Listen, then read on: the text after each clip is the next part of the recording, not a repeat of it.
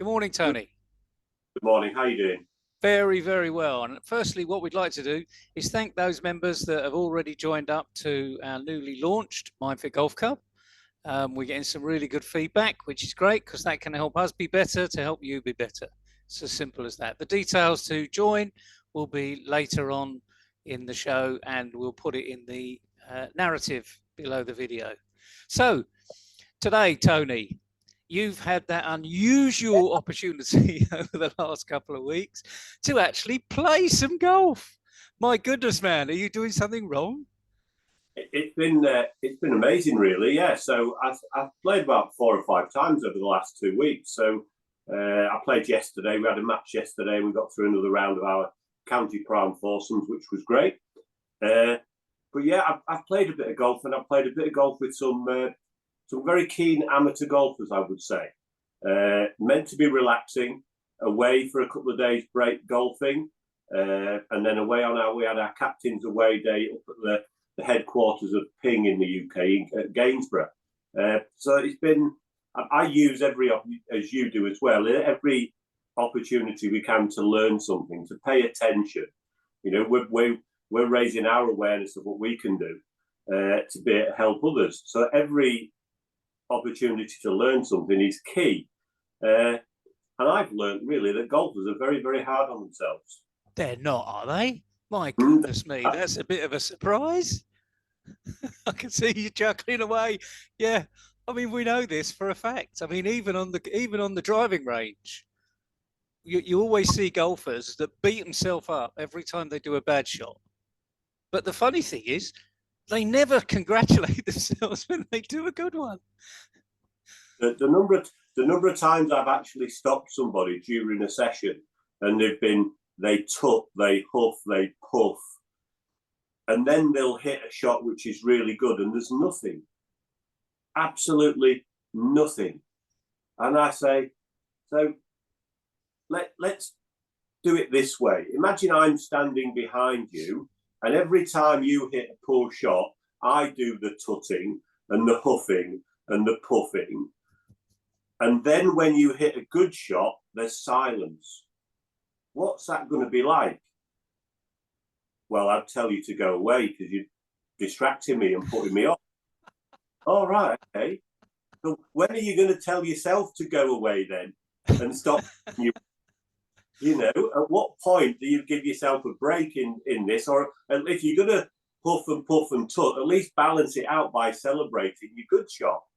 But there's nothing. So there's no balance whatsoever. So every time they have that emotional reaction, they're just putting another nail in their own coffin.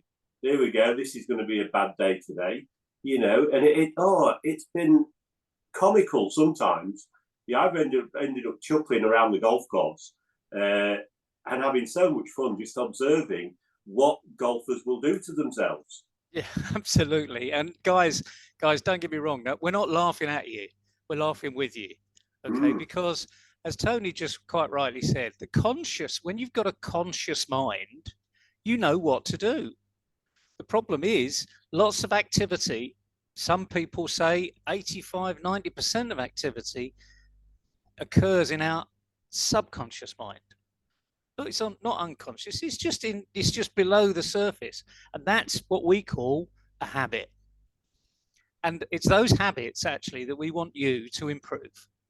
Because if you were to be telling a child, I mean, let's just say you're going through the homework with one of your children or your grandchildren, then consciously you're praising them for the good things they're doing, and then you're explaining to them what they're not doing right. Now, why don't you do that on the golf course? It is funny, isn't it? Why we don't do it? And because we've got ourselves into a habit. So the whole point of this short little session today is to get yourself out of the habit. We've got some great processes, some great drills, some great experience. You know, Tony and I have been working on this together for nearly 10 years now, and probably even before we met, we knew we were going to meet. I mean, that's how ironic what MindFit Golf Club is actually going to do for you. So Tony, let's give them a little tip, just one little tip that they can go away and stop this negative self-talk, because that's what it is. It's self-talk and it's destructive. Absolutely. I mean, you talked about the process. They need to replace it with something. They can't just stop doing it because they'll fill the void very quickly with redoing it. So we know there's three things we need to learn after we've hit every golf shot. And we focus on what part of the ball did we hit, what angle was the club face when we hit it, and what was the contact like. And that's it. So then you give that, the message goes direct from your conscious mind because you've just focused on those three elements, and your unconscious mind now understands what you did because it knows how you moved, it knows what happened, and it begins to link the two elements together. And that's what they've got to do. And I've spent lots of times with golfers explaining it, and they still get out of the habit of doing it. And it's interesting. You know, I played in this captain's away day at Gainsborough, and there was a deathly silence after my tee shot. My workload's been busy.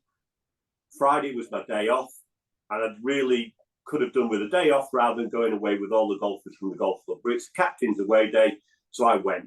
My first tee shot, it's early morning. I made a swing.